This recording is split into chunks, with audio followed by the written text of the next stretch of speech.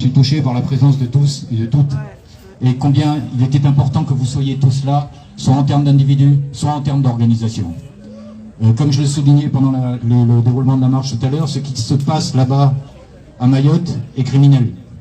Il n'y a pas d'autre mot. Et qui est le criminel? C'est notre propre État français.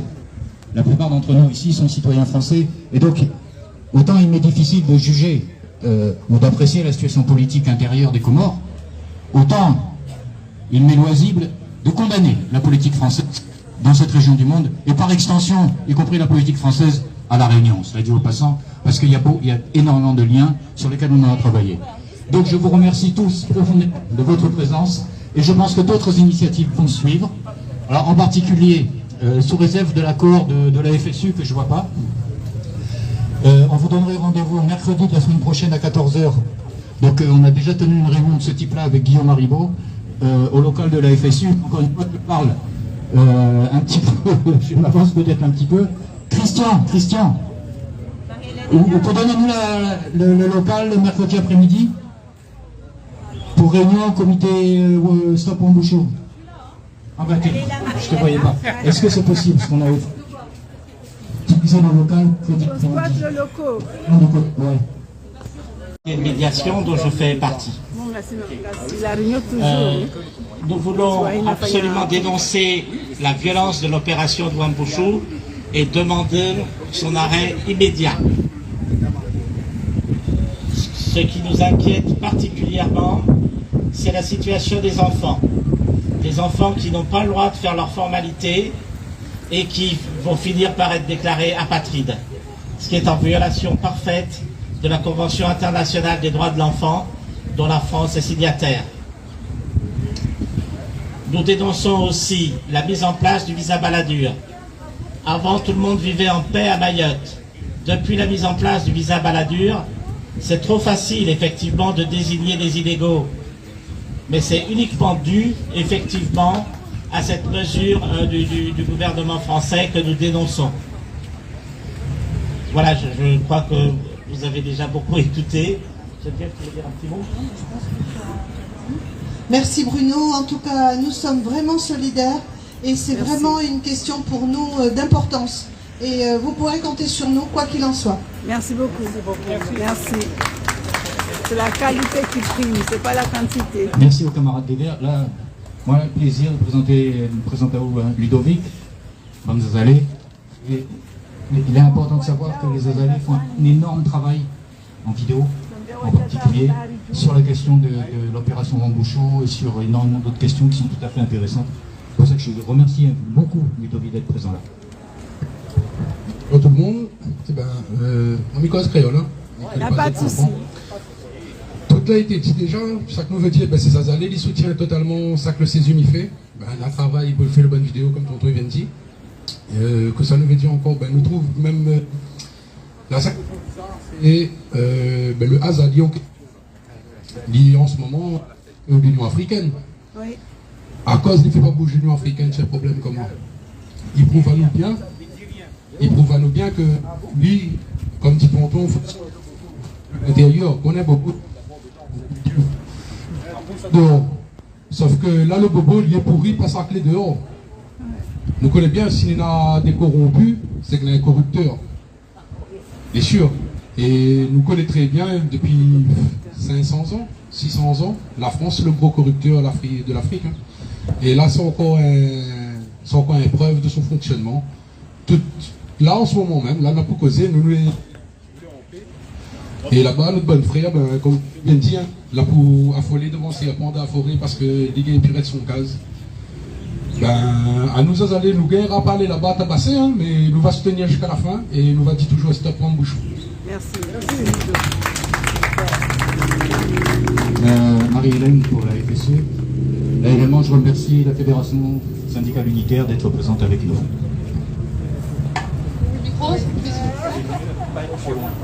D'accord, très bien. Il vaut mieux être là, de toute façon, tout court. Ok, bon, beaucoup a été dit sur le fond de ce qui nous rassemble ici. Je ne vais pas tout redévelopper, je veux dire simplement que la FSU défend des valeurs humanistes et que c'est d'abord à ce titre qu'avec grand plaisir et toute Et à chaque fois que ce sera nécessaire, nous nous joindrons à toutes les protestations contre cette opération, parce que ce qui se passe là-bas à Mayotte est honteux. Tout simplement honteux. La République française se déshonore en allant faire la chasse aux pauvres pour servir uniquement les ambitions politiciennes d'un ministre de l'Intérieur. Au lieu de chercher l'égalité, la concorde, abonder les services publics pour qu'ils puissent remplir leur mission, que ce soit dans l'éducation ou dans d'autres secteurs, et permettre à l'île de Mayotte de se développer et de retrouver pour ses habitants un cadre serein, un cadre où chacun peut vivre décemment, non. Le ministère et son gouvernement choisit l'autoritarisme, choisit la violence armée, choisit la police, choisit le maintien de l'ordre. Et c'est aussi ça que nous sommes venus ici dénoncer. Pourquoi ne pas, il faudrait en tout cas imposer, exiger des politiques nationales qui prônent et qui visent la concorde et pas le désordre, l'unité et pas la désunion. Parce que c'est ça ici qui pêche durablement pour le développement de nos territoires. Nos territoires. Nous sommes tous solidaires, tous dans l'archipel, tous. Il n'y a pas de différence entre un Mahorais, un Comorien, une Mahoraise, une Comorienne. Tous, nous sommes frères. Et la réunion ici, en tout cas la FSU Réunion, sonore d'être aujourd'hui, certes nous ne sommes pas très nombreux, mais sonore en tout cas, de venir défendre cette cause. Merci à tous. C'est la qualité qui compte, c'est pas la quantité. Merci Marie-Hélène. Julie, pour le Mouvement pour la paix. Merci. Bonjour à tout le monde. Nous, depuis, moi c'est Julie Pontalba, on est du mouvement Réunionnais pour la paix. Et dès le début, avant même le commencement de cette opération, nous avons dit non. Ce n'est pas cette façon-là qu'il faut, de cette façon-là qu'il faut opérer. On était plus pour un dialogue entre la France, les Comores, les Mahorais, voire même la Réunion. Malheureusement, l'État a décidé de mettre en place quand même cette opération violente, inhumaine. Et on voit chaque jour que l'actualité nous donne raison. C'était pas comme ça qu'il fallait faire. C'était une opération qui était censée apporter la sécurité. Or, qu'est-ce qu'on voit chaque jour? Il y a encore plus de conflits, il y a des agressions dans les rues, c'est pire qu'avant.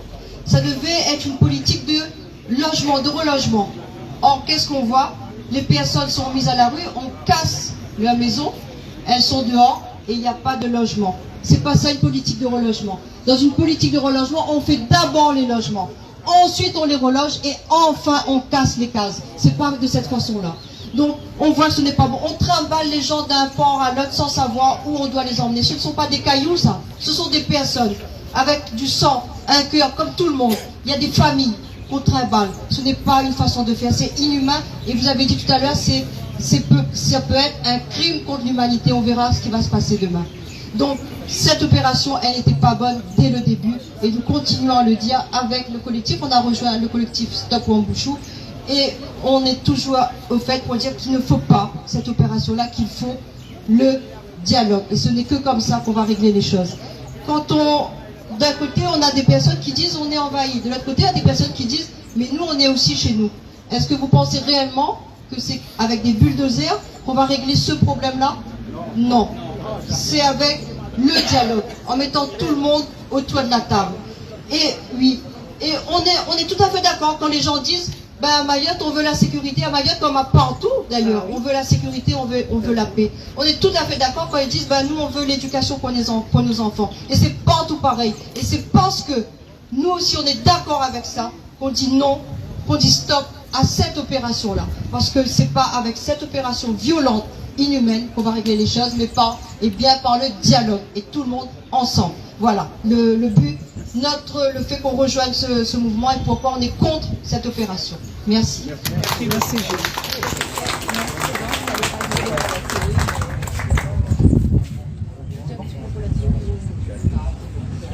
Il faut que quelqu'un dise quelque chose là-dessus. Donc c'est un camarade de l'association Kaobuntu. Merci beaucoup, merci à toutes pour votre présence. Donc, moi, là, ici, je représente Kaobuntu, une organisation indépendantiste et panafricaniste réunionnaise. Donc, il est normal que pour nous, en tant que panafricains, donc de la solidarité avec justement l'Afrique, que nous sommes là pour soutenir nos bonnes frères et sœurs des Comores, parce que nous voyons que ce qui se passe à Mayotte, en réalité, est la manifestation de la puissance coloniale française, des agissements coloniaux de l'État français dans l'océan Indien à travers Mayotte, comme il fait aussi avec la Réunion et comme il fait un peu aussi partout sur le continent africain. Donc pour nous, quand Ubuntu, il est normal que nous viens là pour dénoncer cet impérialisme français-là, qui en réalité, nous voit et entend qu'il dit Mayotte la française, pour nous la première Mayotte la française, Mayotte est une île comorienne, qu'elle est occupée illégalement actuellement par l'État colonial français. Donc tout ce qui fait la France à Mayotte est complètement illégal et le droit international, l'ONU la condamne plusieurs fois la France à travers ses résolutions depuis l'indépendance des Comores en disant que la France, il doit restituer Mayotte à l'archipel des Comores, mais nous voit que l'État français comporte Ali comme un délinquant sur le plan du droit international. Il ne respecte même pas les traités internationaux ni les accords internationaux qu'il y a passés. Donc nous sommes là pour dire ça, et nous sommes là aussi pour dénoncer aussi le silence des politiciens réunionnais qui, à travers notre silence, le fait que ne prend pas position publiquement, on a les complices du système colonial. Donc, Zandi nous doit être dans une optique de solidarité avec nos bons frères comoriens et également de comprendre que la ligne que nous devons prendre, c'est une ligne anticolonialiste, anti-impérialiste. Merci d'avoir écouté à moi. Merci beaucoup, mon frère. Didier Lombard. Merci, mon frère. Oui, bonjour à tous. Donc, bien sûr, nous aussi, on est là pour dénoncer l'opération Louvain-Mouchou, qui est une opération de guerre contre les pauvres, en fait. Parce que derrière la politique du gouvernement, en fait, il y a la politique des riches, la politique des grands groupes financiers, des grands groupes économiques français, de l'impérialisme français, et ça, elle ne date pas d'aujourd'hui. L'histoire de l'Afrique, c'est l'histoire de l'économie d'années. Hein. Nous, ce qu'on pense aussi, c'est que cette opération, elle joue sur les sentiments dégueulasses que l'extrême droite développe dans la population parmi les travailleurs pour diviser les travailleurs entre eux. Et on se place d'un point de vue de classe. C'est-à-dire que nous, on est solidaires au-delà des nations, au-delà des frontières que voudraient instaurer entre nous ces représentants de la bourgeoisie, des bourgeoisies, à commencer par la nôtre, la bourgeoisie française, la bourgeoisie réunionnaise aussi, qui a des intérêts à Mayotte, qui a des intérêts à Madagascar, qui a des intérêts aussi,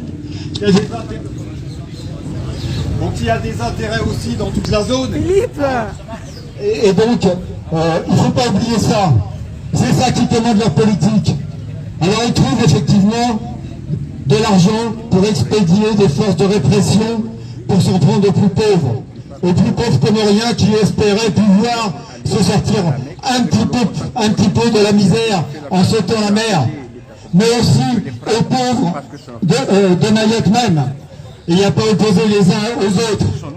Il faut qu'effectivement, eh bien, tous les travailleurs, les pauvres, fassent un front commun contre nos ennemis de classe, que ce soit à Mayotte, que ce soit aux Comores, que ce soit à La Réunion. On a des intérêts communs de classe à défendre. Mais il faut bien cibler, effectivement, ceux qui tirent leur épingle du jeu dans cette situation et dans ces interventions militaires, dans ces interventions de répression.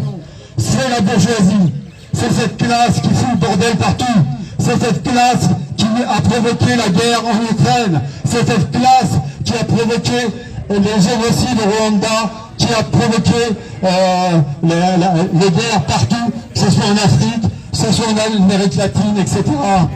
On nous dit qu'on n'est plus en guerre en Europe depuis la Deuxième Guerre mondiale, mais regardez la Yougoslavie, regardez l'Ukraine aujourd'hui. Le capitalisme, c'est la guerre. Et c'est ce système qu'il faudra foutre en l'air avec sa déclinaison impérialiste, colonialiste. Et ça, la solution, elle ne peut venir que de nous, de tout petit peuple, que des travailleurs. Merci Didier. Pour les camarades de France Insoumise, Denis. La départementalisation de Mayotte n'a pas transformé la colonie en un véritable département français. Les devoirs s'y sont imposés, mais les droits sont restés de seconde zone.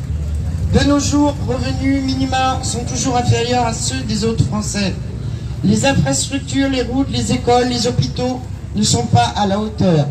Chômage et pauvreté battent des records et même l'eau potable est inaccessible. Alors que le visa Balladur continue d'empêcher la circulation des familles sur l'archipel, les quelques progrès de Mayotte, déjà insuffisants pour sa population, attirent ceux qui en ont encore moins. Pour retrouver leur famille, leur amour, pour sauver la vie de leur enfant, ils bravent tous les risques, comme tout être humain le ferait.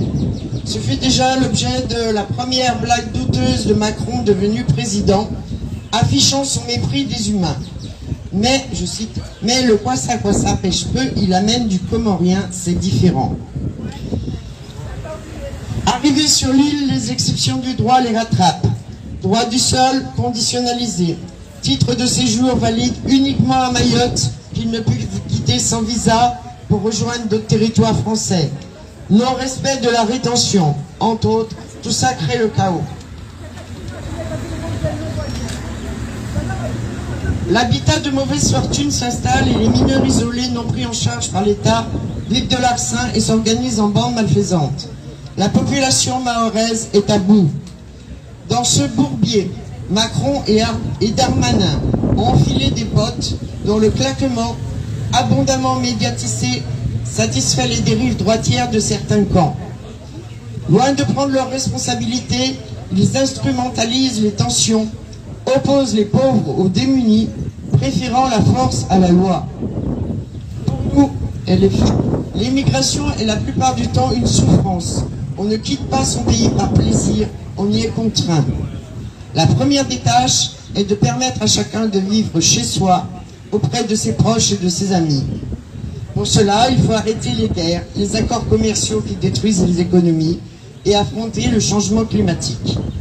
Pour Mayotte, nous demandons l'arrêt des opérations Wambushu et nous demandons que les moyens de l'État soient mis non plus dans une débauche de répression et d'effectifs armés, mais pour que Mayotte devienne un département français digne de ce nom, où l'on prenne les mineurs isolés en charge et où on respecte les droits de chacun. Merci. L'autre pour attaque. Donc je vais clore très rapidement parce que je pense que tout le monde est un petit peu en attente. Et je remercie vraiment toutes les interventions précédentes parce qu'elles ont été absolument poignantes et elles répondent vraiment à demande d'explications sur ce qui se passe actuellement sur Mayotte et Comores. Alors je vais parler de Comores, hein. J'ai bien entendu le message très clairement, c'est un peu aussi l'idée de ce panneau que nous avons écrit ici. Et nous, je voudrais simplement dire que notre bataille, c'est bien sûr une bataille humaniste, comme je l'ai entendu par la FSU, mais c'est aussi une bataille, je dirais, contre des intérêts financiers et stratégiques militaires qui sont implantés actuellement dans la zone, y compris sur la Réunion, et qui font que notre bataille, elle est internationaliste. Donc pour Attaque, c'est tout à fait logique qu'on soit aux côtés de ce combat, et en particulier parce que la violence est indescriptible et inacceptable, et nous devons être auprès de nos frères comoriens. Merci.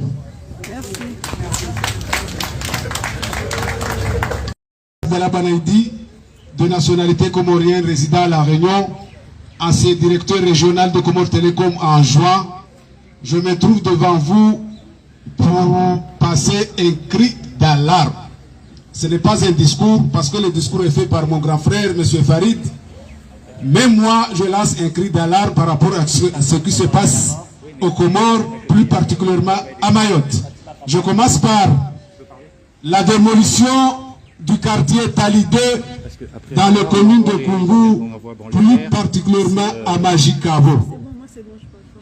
Je suis le premier concerné de cette situation de la démolition de Tali 2.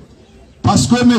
Abdallah Abdoumadi, qui est parlé par M. Farid, par sa mort subite, à cause de la démolition de sa maison, de la maison de sa femme, de la maison de ses enfants, de la maison de sa maman à côté, ça a causé la mort subite de M. Abdallah Abdou Hassan, Abdoumadi, excusez-moi. M. Abdallah Abdoumadi, respectivement, c'est mon beau-frère. Parce que la mère de ses enfants, c'est une cousine à moi. Je suis le premiers concernés de cette situation parce que nous avons des orphelins. À moins de 2 mois, son papa n'est pas là.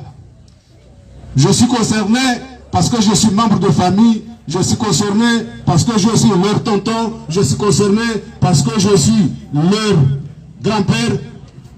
Toutes les qualités me reviennent à cause de cette situation où je passe à eux. Le pas de maison, le pas de papa, c'est une fiasco totale. C'est pourquoi que je vous ai dit que je lance un cri d'alarme par rapport à cette situation. En terminant, je dirige vers les autres îles concernant le président Mnafiki. Quand je dis le président Mnafiki, c'est un président menteur. Azali, c'est un menteur de première catégorie depuis sa naissance jusqu'à la mort.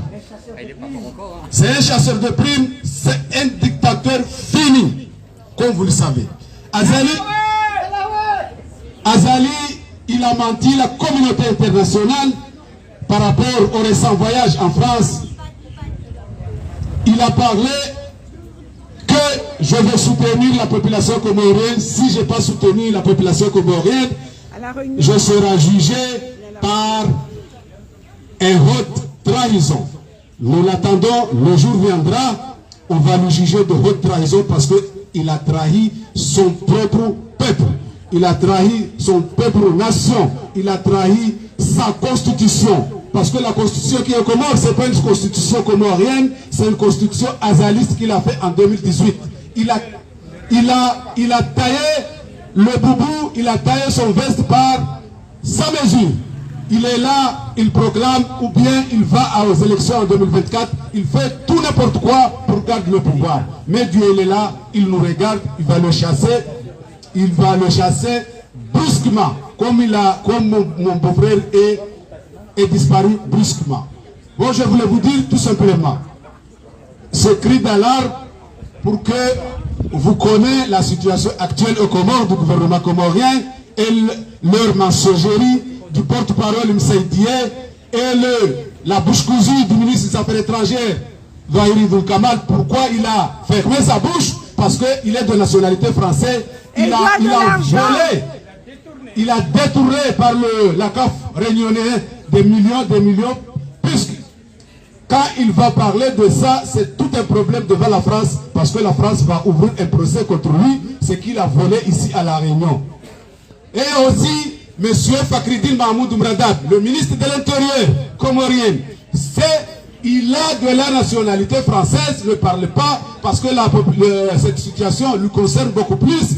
Lui, avec M. Darmanin, en tant que deux ministres de l'Intérieur, mais le ministre comorien de l'Intérieur n'a jamais parlé de cette situation.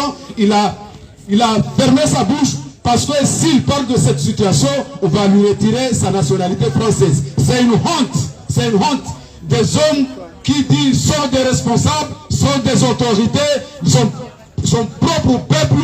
Il est massacré à Mayotte, il est chassé à Mayotte, il est pourchassé, il est menotté et il ne parle pas. Ce n'est pas à moi de parler. Moi, je parle qu'en tant que Comorien, mais eux, ce sont des responsables. C'est eux qui sont les premiers à parler. C'est eux qui sont les premiers à intervenir hautement et dignement à cause de sa population, mais il ne dit rien. Donc, j'appelle à la communauté internationale de soutenir les Comoriens, de laisser à l'écart Azali, regardez les Comoriens, parce que c'est eux qui perdent. Comme vous le voyez, à Mayotte, c'est le chasse à l'homme qui est à Mayotte. À l'heure actuelle, je vous parle, il y a quelqu'un qui m'a appelé, il m'a dit qu'il est dans la forêt devant eux, il voit des serpents qui tournent autour de lui. C'est un problème. Quand le serpent t'a mordu, tu n'as pas le droit d'aller à l'hôpital, tu dois mourir là-bas, à la forêt. Donc, je n'ai pas beaucoup à vous dire. Je m'arrête ici jusqu'à la prochaine fois et en attendant que la France attendra ce que nous avons de dire. Je vous remercie. Il vivait avec sa femme et ses enfants au Talus 2 à Koungou, Mayotte. Mort de remords et de désespoir le 22 mai 2023. Mes condoléances à sa famille, à ses proches, à ses semblables et à tous ceux qui ont eu à le connaître. Mes chers frères présents, je vous demande 1 minute de silence, s'il vous plaît.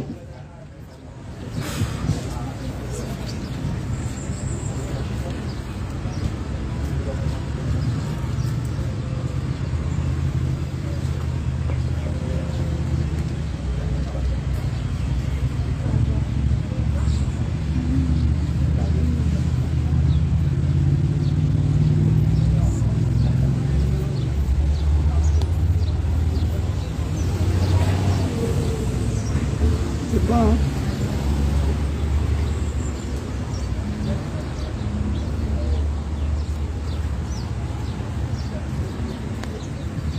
C'est bon, là. Merci beaucoup.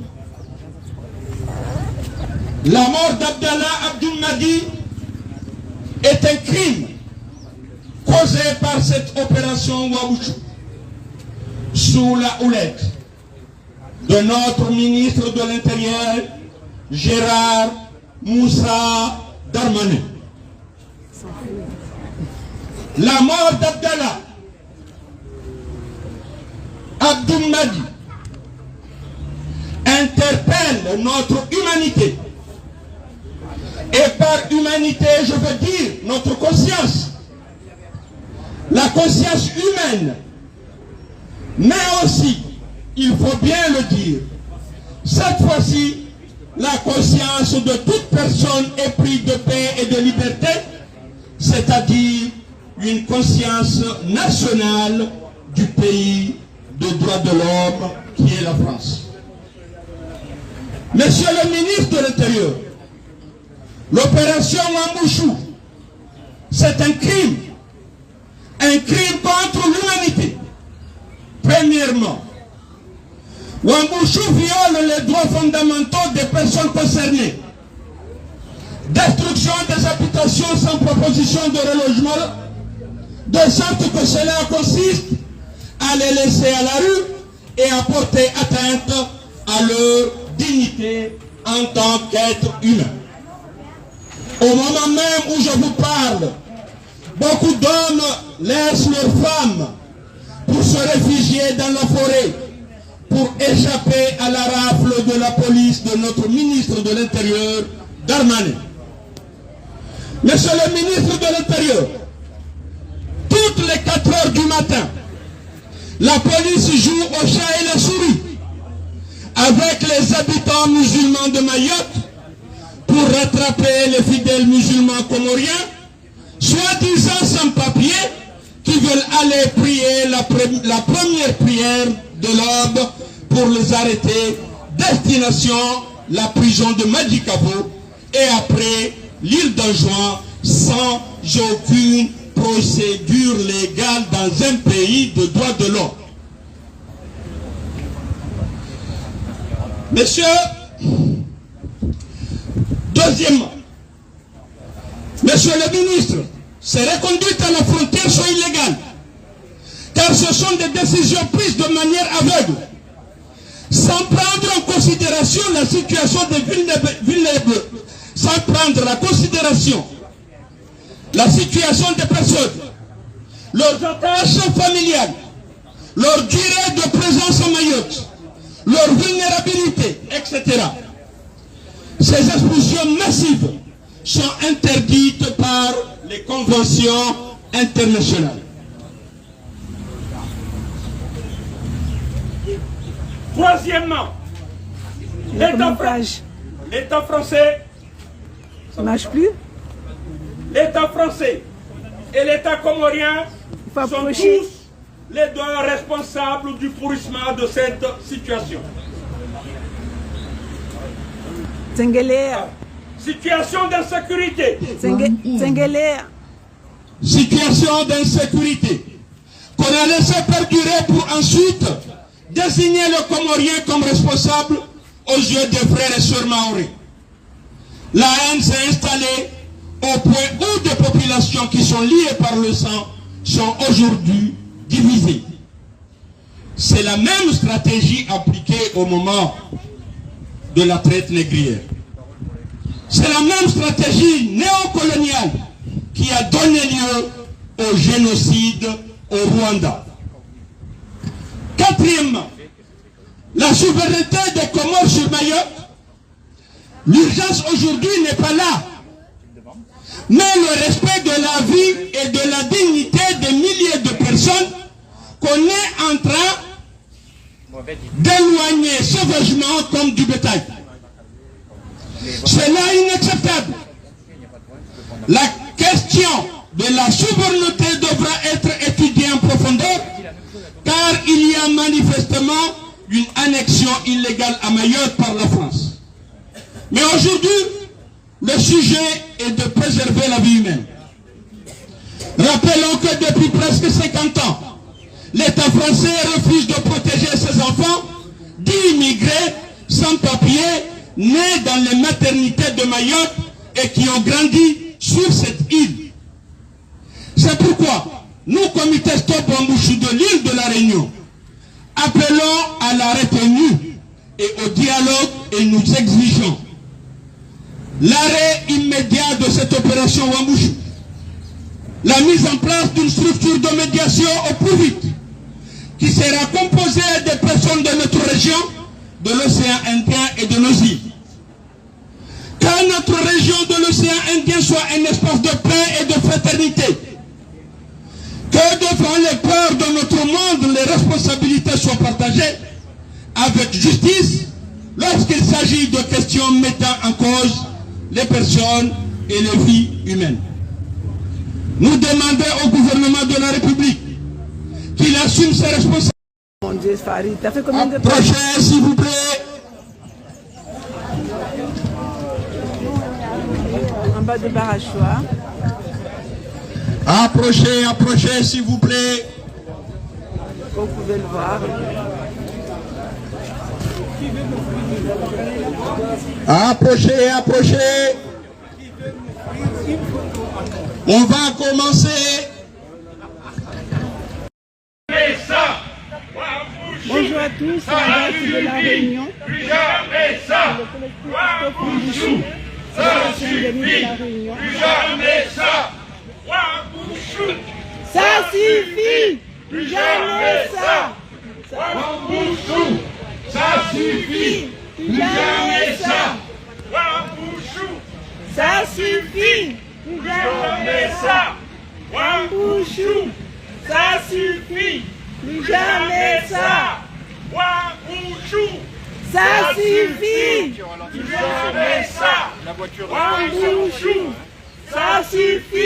Plus jamais ça. Wambushu. Ça suffit. Plus jamais ça. Wambushu. Ça suffit.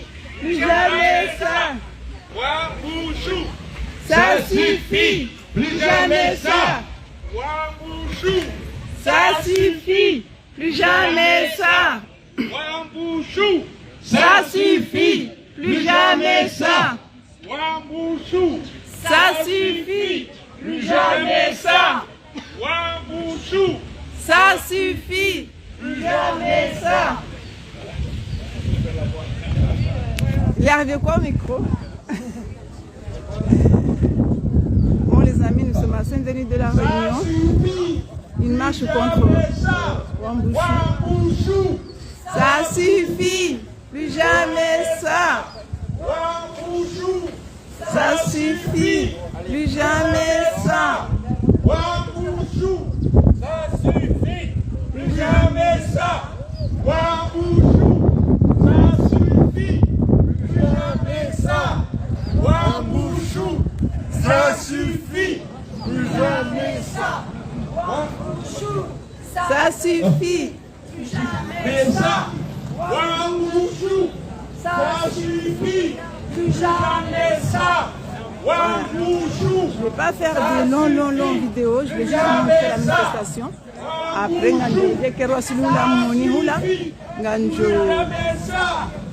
filmer Tinani Moniseni. Je vais filmer Atari Wasuli. Donc, il y a un petit peu de Moniseni Mbaza. Voilà. Bonjour. Eh oui, exactement, ouais. On a tout dit là-dessus. Merci. Voilà les amis. Ça suffit.